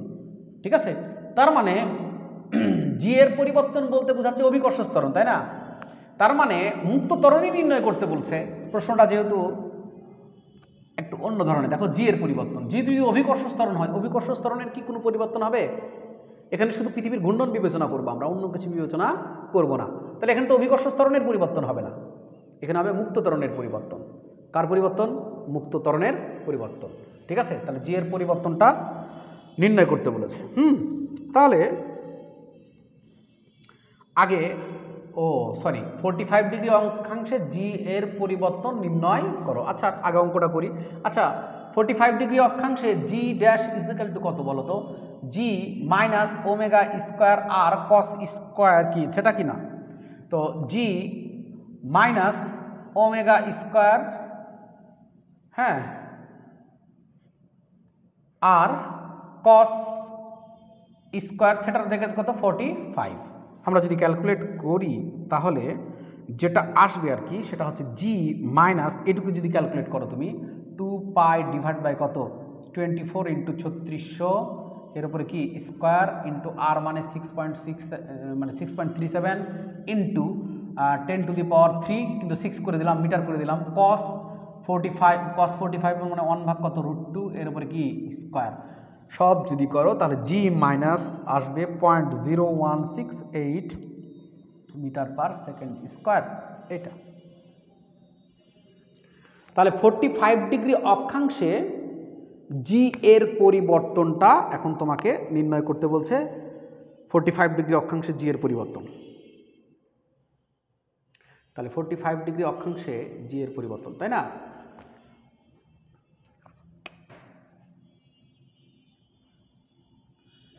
এখানে 10 আমরা ধরে নিলাম।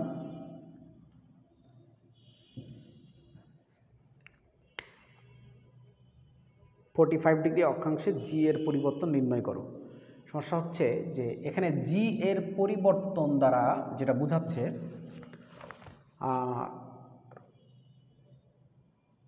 জি এর 45 ডিগ্রি অক্ষাংশে জি এর পরিবর্তন নির্ণয়, তাই না?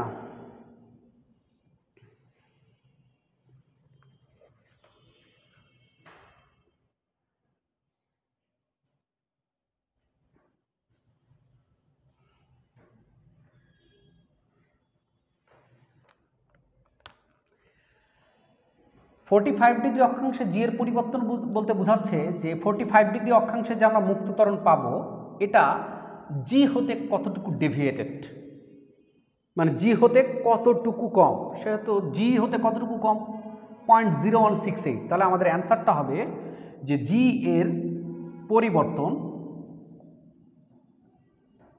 0.0168 metre per second square. Clear? বুঝতে পেরেছো? তার মানে 45 ডিগ্রি অক্ষাংশে জি এর পরিবর্তন নির্ণয় করতে মানে পরিবর্তন নির্ণয় করো এটা বলতে বোঝাচ্ছে যে তুমি যখন 45 ডিগ্রি অ্যাঙ্গেলে যাবা তখন যে অভিকর্ষ ত্বরণ পাবা, মুক্ত ত্বরণ আর কি যেটা আমরা বলছি, সেই মুক্ত ত্বরণ জি হতে কতটুকু কম বা বেশি। ঠিক আছে? আমার একটু এখানে অন্যরকম মনে হলো কেন, কারণ এখানে তো এটা আমি বই থেকে কপি করেছি, তোমাদের বই থেকে। এখানে তো জি এর পরিবর্তন নির্ণয় করো, তো জি তো পরিবর্তন হবে না, হবে কি কি পরিবর্তন হবে? মুক্ত ত্বরণ পরিবর্তন হবে, যেহেতু আমরা পৃথিবীর ঘূর্ণন এখানে বিবেচনা করছি। সেই ক্ষেত্রে একটু খটকা লাগলো, এটা আমি তোমাদের ক্লিয়ার করে দিলাম। ঠিক আছে? যে 45 ডিগ্রি অক্ষাংশে তুমি যে মুক্ত ত্বরণ পাবা সে মুক্ত ত্বরণ জি থেকে মানে জি এর থেকে কতটুকু ডেভিয়েটেড সেটা তোমাকে নির্ণয় করতে বলছে। কারণ বইয়ে তো সব জায়গাতে তোমার এই মুক্ত ত্বরণ না বলে কি বলেছে? অভিকর্ষ ত্বরণ বলেছে। ঠিক আছে? তার মানে এটাও অভিকর্ষ ত্বরণ, এটাও অভিকর্ষ ত্বরণ, তার দুই অভিকর্ষ ত্বরণের মধ্যে পার্থক্য কত? এতটুকু। ক্লিয়ার? বুঝতে পেরেছ? তার মানে বইয়ে যেভাবে দেওয়া আছে সেভাবে না বুঝে আমাদের বুঝতে হবে একবারে প্রকৃতভাবে, সেটা হচ্ছে যে 45 ডিগ্রি অক্ষাংশে আমরা মুক্ত ত্বরণ নির্ণয় করব, সেই মুক্ত ত্বরণ অভিকর্ষ ত্বরণ হতে কতটুকু ডেভিয়েটেড বা কতটুকু কম সেটা আমরা এখানে নির্ণয় করতে বলেছে, এবং সেটা এটা। তবে যদি পরীক্ষাতে এরকম থাকে তোমরা বুঝে নিবা যে এটা, কারণ আমাদের ম্যাক্সিমাম বইয়ে জিকে অভিকর্ষ ত্বরণ হিসেবে মানে জি ড্যাশকে অভিকর্ষ ত্বরণ হিসেবে অভিহিত করা হয়েছে, মানে ওরা মুক্ত ত্বরণ বলেনি। ঠিক আছে? আচ্ছা, তার এটা গেল। এবার একটা ম্যাথ,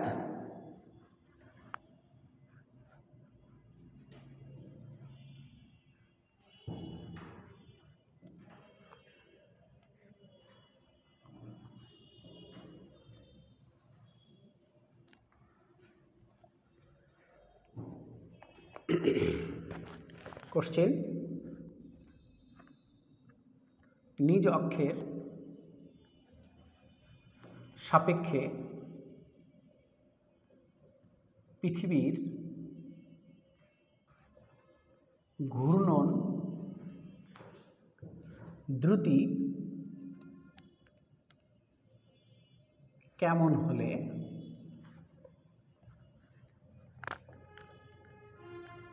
বিষুবীয় অঞ্চলে থাকা ব্যক্তির ওজন বর্তমানের 3/5 অংশ হবে। ঠিক আছে? তার মানে আর এখানে বলে দিয়েছে আর ইজ ইকুয়াল টু 6400 কিলোমিটার। তাহলে অঙ্কটা কি বলছে দেখো, যে নিজ অক্ষের সাপেক্ষে পৃথিবীর ঘূর্ণন গতি কেমন হলে, পৃথিবীর তো একটা ঘূর্ণন দ্রুতি আছে আগে থেকে, এখন তোমাকে তারা অন্যভাবে প্রশ্নটা করছে যে নিজ অক্ষের সাপেক্ষে পৃথিবীর ঘূর্ণন দ্রুতি কেমন হলে বিষুবীয় অঞ্চলে থাকা ব্যক্তির ওজন বর্তমানের 3/5 অংশ হবে। ঠিক আছে, বর্তমানের 3/5 অংশ হবে। তাহলে বর্তমানে 3/5 অংশ হবে বলতে বোঝানো হচ্ছে যেটা, যে পৃথিবীর যদি ঘূর্ণনশীল মানে পৃথিবীর ঘূর্ণন যদি আমি না ধরি, তাহলে বিষুবীয় অঞ্চলে একজনের ওজন যা হবে, ঠিক আছে, নিজ অক্ষের সাপেক্ষে পৃথিবীর ঘূর্ণন গতি কেমন হলে সেই ওজনটাই কত 3/5 গুণ হবে। ঠিক আছে, তাহলে ধরে নিলাম যে পৃথিবীর যে বর্তমান ওজন সেটা হচ্ছে mg। ঠিক আছে, আর পৃথিবী ঘূর্ণনের ফলে বিষুবীয় অঞ্চলে যে ওজন সেটা হচ্ছে mg ড্যাশ। তাহলে mg ড্যাশ হচ্ছে 3/5 কত mg। আমি আবারও বলছি যে নিজ অক্ষের সাপেক্ষে পৃথিবীর ঘূর্ণন দ্রুতি কেমন হলে বিষুবীয় অঞ্চলে থাকা ব্যক্তির ওজন বর্তমানের এত হবে। বর্তমান বলতে বোঝানো হচ্ছে যে পৃথিবীকে ধরলে বিষুবীয় অঞ্চলে তার যে ওজন সেটা, তাহলে পৃথিবীকে স্থির ধরে তার যে ওজন, ঠিক আছে, বিষুবীয় অঞ্চলে সেটা হবে সেই ওজনের 5 ভাগের কয় ভাগ? 3 ভাগ। ঠিক আছে, আর এই ক্ষেত্রে পৃথিবীর ঘূর্ণনটা কেমন হবে সেটা তোমাকে জানতে চাচ্ছে। তার মানে mg dash is equal two 3/5 mg। তো আমরা mm কেটে দিলাম। এখন বলো তো g ড্যাশ মানে কত? 3/5 ইন্টু কত g। এখন g বলতে, g ড্যাশ বলতে আমরা কি জানি? পৃথিবীর ঘূর্ণনের কারণে বিষুবীয় অঞ্চলে যে মুক্ত ত্বরণ সেটা হচ্ছে কি g মাইনাস ওমেগা স্কয়ার আর 3/5 ইন্টু কত g। ক্লিয়ার? এখন আমরা কি করব? আমরা যে কাজটা করব সেটা হচ্ছে আমাদের বের করতে হবে হচ্ছে ওমেগা। ঠিক আছে, তাহলে ওমেগা বের করার পদ্ধতি হচ্ছে কি, ওমেগা স্কয়ার আর এদিকে পার করে দিলাম, জি মাইনাস 3g ডিভাইড বাই 5 রেখে দিলাম। তাহলে এখানে হচ্ছে কত? 5g minus 3g divided by কত? 5। হ্যাঁ, তার মানে 2g ডিভাইড বাই কত? 5 ওমেগা স্কয়ার আর পৃথিবীর ঘূর্ণন দ্রুতি, তার মানে ওমেগা নির্ণয় করতে হবে আমাকে। তার মানে omega square is equal to 2g divide by 5 R, ঠিক আছে, অতএব omega is equal to root over 2g divide by কত? 5 আর সমান সমান রুট ওভার 2 ইন্টু জি এর মান কিছু বলেনি, তার মানে 9.8 ধরে নিলাম, ডিভাইড বাই 5 ইন্টু আর মানে 6400 ইন্টু 10 টু দি পাওয়ার কত? 3। এটা যদি ক্যালকুলেট করো তুমি তাহলে যে আনসারটা আসবে 7.82 ইন্টু 10 টু দি পাওয়ার -4, ঠিক আছে, রেডিয়ান পার কি second. This is answer. Clear? Okay, এটা হচ্ছে আমাদের অ্যান্সার। হ্যাঁ, এবার আমরা পরবর্তী ম্যাথে যাই। এটা আমাদের হয়ে গেল ইনশাআল্লাহ।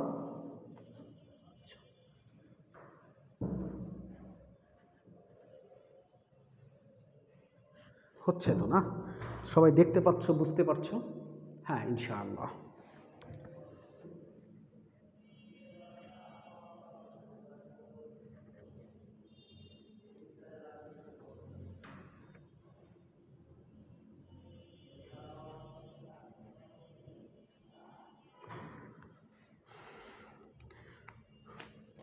কোশ্চেন,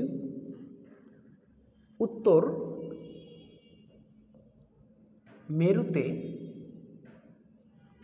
মেরুতে স্প্রিং ব্যালেন্সের মাধ্যমে একটি বস্তুর পরিমাপকৃত ওজন 1000 নিউটন বিষুবীয় অঞ্চলে বস্তুটির ওজন স্প্রিং ব্যালেন্সে কত হবে বলে দিয়েছে। শুধুমাত্র পৃথিবীর ঘূর্ণন বিবেচনা করো, শুধুমাত্র পৃথিবীর ঘূর্ণন বিবেচনা করো, অন্য কিছু বিবেচনা করো না, যে পৃথিবী অসুষম ঘনত্বের, পৃথিবী গোলাকার নয়, এগুলো বিবেচনা করো না, শুধু বিবেচনা করো পৃথিবীর ঘূর্ণন। তো বলছে উত্তর মেরুতে স্প্রিং ব্যালেন্সের মাধ্যমে একটি বস্তুর পরিমাপকৃত ওজন 1000 নিউটন। তো আচ্ছা, উত্তর মেরুতে অভিকর্ষ ত্বরণ আর হচ্ছে তোমার কি বলে মুক্ত ত্বরণ সেম, তার মানে উত্তর মেরুতে স্প্রিং ব্যালেন্স দিয়ে ওজন দেখাবে, সেটা হচ্ছে mg dash is equal to mg is equal to কত, 1000 নিউটন, এটাই তো দেখাবে। ঠিক আছে, এখন বিষুবীয় অঞ্চলে বস্তুটির ওজন স্প্রিং ব্যালেন্সে কত হবে? তাহলে বিষুবীয় অঞ্চলে স্প্রিং ব্যালেন্সে ওজন mg ড্যাশ সমান সমান mg ড্যাশ মানে কি বিষুবীয় অঞ্চলে কি মুক্ত ত্বরণ, তার মানে g মাইনাস ওমেগা স্কোয়ার কত আর, ঠিক আছে, তার মানে কত এখানে m ইন্টু জি মাইনাস ওমেগা স্কোয়ার আর, ঠিক আছে। তো আমাদের একটা বিষয় জানা নাই, সেটা হচ্ছে m জানা নাই, তো m এখান থেকে বের করে নিব। জি এর মান তো এখানে বলে দেয়নি, বলে দিয়েছে কি, তো আমরা এখানে জি ধরে নিলাম, G is equal to 10 metre per কি সেকেন্ড স্কোয়ার। তাহলে এখান থেকে আমরা বলতে পারবো G is m is equal to 1000 divide by কত 10, তাহলে এটা কেটে গেল কত 100 কেজি। এখানে আমরা বসাই দিলাম m মানে কত 100, জি মানে কত 10 মাইনাস ওমেগা স্কোয়ার, আর আমাদের জানা ছিল 0.034, মনে আছে? এটা ক্যালকুলেট করলে যেটা আসবে 996.615 নিউটন। ডিয়ার স্টুডেন্ট, আমার ক্যালকুলেশনে ভুল হলে প্রসিডিউর তো ঠিক আছে, তোমরা ঠিক করে নিবা, ওকে। এটাই হচ্ছে বিষুবীয় অঞ্চলে বস্তুর কি ওজন। অঙ্কগুলো প্রায় সেম, একই ক্যাটাগরির, কিন্তু বলার ধরনগুলো একটু আলাদা আলাদা, সেটা যাতে তোমরা বুঝতে পারো এই জন্যে আমি অঙ্কগুলো প্র্যাকটিস করাই দিচ্ছি। হ্যাঁ, আচ্ছা,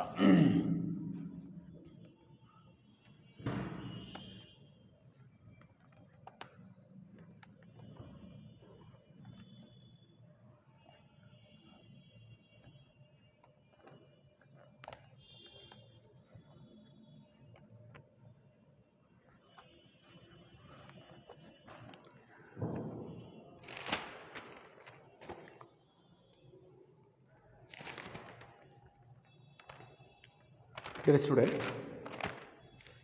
আমাদের পরবর্তী ম্যাথ কোশ্চিন, উত্তর মেরুতে থাকা একটি ল্যাবরেটরিতে একটি সরল দোলকের পর্যায়কাল 2 সেকেন্ড, ওই সরল দোলকের পর্যায়কাল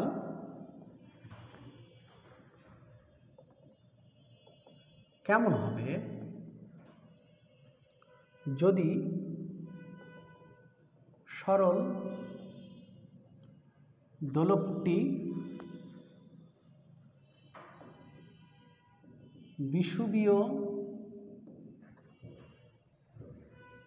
অঞ্চলের কোনো ল্যাবরেটরিতে থাকে। এখানে শুধু পৃথিবীর ঘূর্ণন বিবেচনা করা হয়েছে। এখানে শুধু পৃথিবীর ঘূর্ণন বিবেচনা করা হয়েছে, অন্য কিছু করা হয়নি। ঠিক আছে, এখানে বলে দিয়েছে G is equal to 9.8 metre per second square, এবং বলে দিয়েছে পৃথিবীর ব্যাসার্ধ R is equal to 6400 kilometre. ঠিক আছে, তো এখন হচ্ছে সরল দোলকের দোলনকাল T is equal to 2π√L/g, এটা। এখন জিটা কি সেটা তোমাকে বুঝতে হবে। একটা সরল দোলক তুমি যখন ঝুলিয়ে দিবা, তখন বলো তো সেখানে যে মুক্ত ত্বরণটা কাজ করবে সেটা জি না জি ড্যাশ? জি ড্যাশ। তার মানে এইখানে যে জি আছে টি ইজ ইকুয়াল টু 2π√L/g, ঠিক আছে, সেই জিটা হচ্ছে মুক্ত ত্বরণ। এটা আমরা অনেকেই ভুলভাবে পড়ি অভিকর্ষ ত্বরণ। হ্যাঁ, মুক্ত ত্বরণ অভিকর্ষ ত্বরণের সমান হতে পারে, কিন্তু মুক্ত ত্বরণ আর অভিকর্ষ ত্বরণ একই জিনিস না, তার মানে এটা হচ্ছে মুক্ত ত্বরণ। এখন উত্তর মেরুতে মুক্ত ত্বরণ আর অভিকর্ষ ত্বরণ সেম, কিন্তু বিষুবীয় অঞ্চলে তুমি যখন যাবা তখন মুক্ত ত্বরণ চেঞ্জ হয়ে যাবে, মুক্ত ত্বরণ অভিকর্ষ ত্বরণ হবে না। তো এখন বলছে উত্তর মেরুতে একটি ল্যাবরেটরিতে একটি সরল দৈর্ঘ্যের পর্যায়কাল 2 সেকেন্ড, ঠিক আছে, তার মানে টি হচ্ছে 2 সেকেন্ড। ওই সরল দোলকের পর্যায়কাল কেমন হবে যদি সরল দোলকটি বিষুবীয় অঞ্চলের কোনো ল্যাবরেটরিতে থাকে? তার মানে ওই সরল দোলককে তুমি যখন বিষুবীয় অঞ্চলে নিয়ে যাবা সব কিছু ঠিক থাকবে, এল ঠিক থাকবে, 2 পাই ঠিক থাকবে, কিন্তু জি চেঞ্জ হয়ে যাবে। জি চেঞ্জ হলে টি চেঞ্জ হয়ে যাবে। জি এর সঙ্গে টি এর যেহেতু সম্পর্ক ব্যস্তানুপাতিক, ঠিক আছে, বিষুবীয় অঞ্চলে গেলে যেহেতু জি কমে যাবে, টি বৃদ্ধি পাবে, মানে মুক্ত ত্বরণটা কী পাবে? বৃদ্ধি পাবে। ক্লিয়ার হয়েছে? তাহলে আমরা এখন কি করব? টি এর সঙ্গে জি এর তুলনা করব। তাহলে বিষুবীয় অঞ্চলকে আমি দিলাম 1, আর না, বিষুবীয় অঞ্চলকে দিলাম 1 আর এই উত্তর মেরুকে আমি দিলাম 2। তাহলে √, এটা হচ্ছে কত? জি, ব্যস্তানুপাতিক যেহেতু সম্পর্ক G2 ডিভাইড বাই কত? G1। এটা সম্পর্ক আমাকে বের করতে হবে T1, অর্থাৎ বিষুবীয় অঞ্চলে পর্যায়কাল। ঠিক আছে, তাহলে আমরা এখান থেকে লিখতে পারি T1 = √G2 ডিভাইড বাই কত? G1 ইন্টু কত? T2। ঠিক আছে, এখন এইখান থেকে আমরা লিখতে পারি T1 = G2 মানে কি? বিষুবীয় অঞ্চলে G2 মানে কত? G minus omega square R divide by মেরু অঞ্চলে G1 মানে কত? G ইন্টু T2 মানে কত? 2 সেকেন্ড। ঠিক আছে, এখন এইটা যদি আমরা ক্যালকুলেট করি, 9.8 বসাই দিলাম, 9.8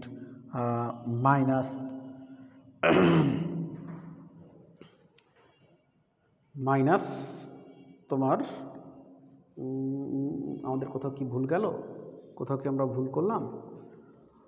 টি ড্যাশ আমাদের কি কোথাও ভুল গেল? হ্যাঁ, ভুল গেছে, বুঝতে পারলাম ভুল গেছে। কোথায় ভুল গেছে সেটা এখন বলছি। দেখো, এই G2টা হচ্ছে মেরু অঞ্চলে অভিকর্ষ ত্বরণ, তার মানে জি, আর G1টা হচ্ছে বিষুবীয় অঞ্চলে, তার মানে G মাইনাস ওমেগা স্কোয়ার আর। এই তো, ঠিক আছে, তার মানে ইন্টু হচ্ছে কত? T2। আমিও তো বলি কোথায় ভুল গেল। √9.8 মাইনাস 9.8 মাইনাস ওমেগা স্কোয়ার আর মানে 0.034, ঠিক আছে, ইন্টু T2 মানে 2। যদি এটা ক্যালকুলেট করো ভালো করে, ঠিক আছে, আমরা যেহেতু এখানে করেছি, আচ্ছা এটা বাদ দিলাম, এই ধরনের অঙ্কের ক্ষেত্রে 0.03 না বসে পুরোটা বসে 2 পাই ডিভাইড বাই 24 ইন্টু 3600 এর ওপর কি স্কোয়ার ইন্টু 6400 ইন্টু 10⁻³ কত? 3। ঠিক আছে, এটা হচ্ছে নিচের অংশ। হ্যাঁ, তাহলে ওপরের অংশ এই ওপরের অংশ এই দিলাম, ওপরের অংশ হচ্ছে 2। এই তো, তাহলে আমাদের T1 = যেটা দাঁড়াবে 2.0034 সেকেন্ড। ওকে, তাহলে T1 = এইটা। এই তো, T1 = 2.0034 সেকেন্ড। ক্লিয়ার হয়েছে? তাহলে আমাদের বিষুবীয় অঞ্চলে ওই সরল দোলকের দোলনকাল কেমন হবে সেটা আমরা বুঝতে পেরেছি। তাহলে এটা মনে রাখবা, T = 2 পাই √L/G। এই সরল দোলকে আমরা যে জিটা ইউজ করি সেটা কিন্তু অভিকর্ষ ত্বরণ না, মুক্ত ত্বরণ, ওকে, বা কার্যকরী ত্বরণ। ডিয়ার স্টুডেন্ট, আমাদের এই লেকচারের লাস্ট ম্যাথ আমরা এখন করব। হ্যাঁ, তাহলে এই ক্লাস শেষ হবে, পরবর্তীতে আমরা পরবর্তী টপিক নিয়ে কথা বলবো। 5ম নম্বর লেকচারে তোমাদের সঙ্গে দেখা হবে ইনশাআল্লাহ আমার।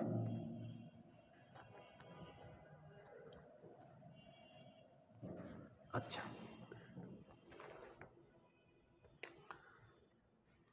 15 নম্বর হচ্ছে যে একটি বস্তু বিষুবীয়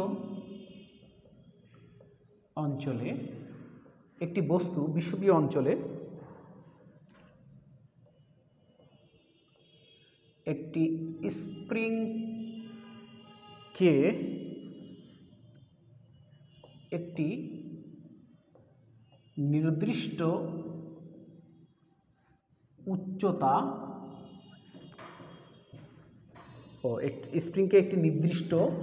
উচ্চতা না, দৈর্ঘ্যে প্রসারিত করে। ঠিক আছে, উত্তর মেরু হতে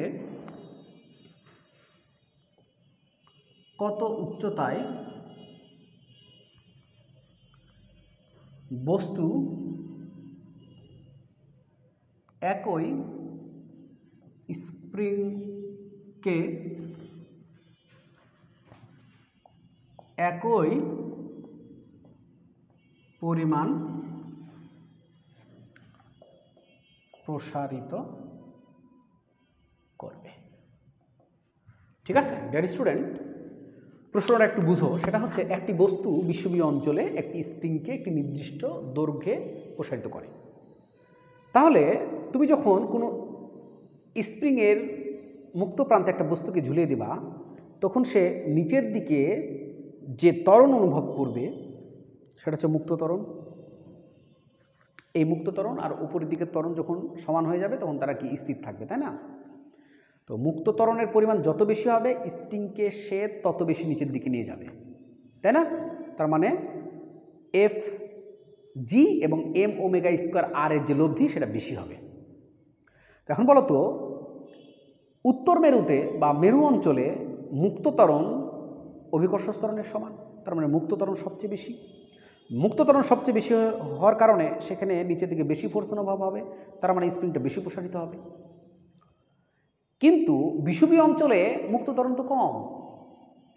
মুক্ত ত্বরণ কম হওয়ার কারণে সেখানে ওজনও কম, তার মানে সেই স্প্রিংকে কম দৈর্ঘ্যে প্রসারিত করবে। ক্লিয়ার? এখন মেরু অঞ্চল থেকে যদি আমরা উপর দিকে উঠি তাহলে কিন্তু ত্বরণ কমা শুরু করবে। ঠিক আছে, এখন কিন্তু ত্বরণ পৃথিবী পৃষ্ঠে মানে মেরু অঞ্চল যেহেতু পৃষ্ঠতে যেটা থাকবে ওপর দিকে উঠলে ত্বরণ কমবে না কমবে না কমবে, কমতে কমতে কমতে কমতে বিষুবীয় অঞ্চলে যে মুক্ত ত্বরণ ছিল তার কী হবে, যখন সমান হবে তখন দুই স্প্রিং একই সমান কী হবে, প্রসারিত হবে। তাহলে এইখানে যেটা বলেছে সেটা হচ্ছে একটি বস্তু বিষুবীয় অঞ্চলে একটি স্প্রিংকে একটি নির্দিষ্ট দৈর্ঘ্যে প্রসারিত করে।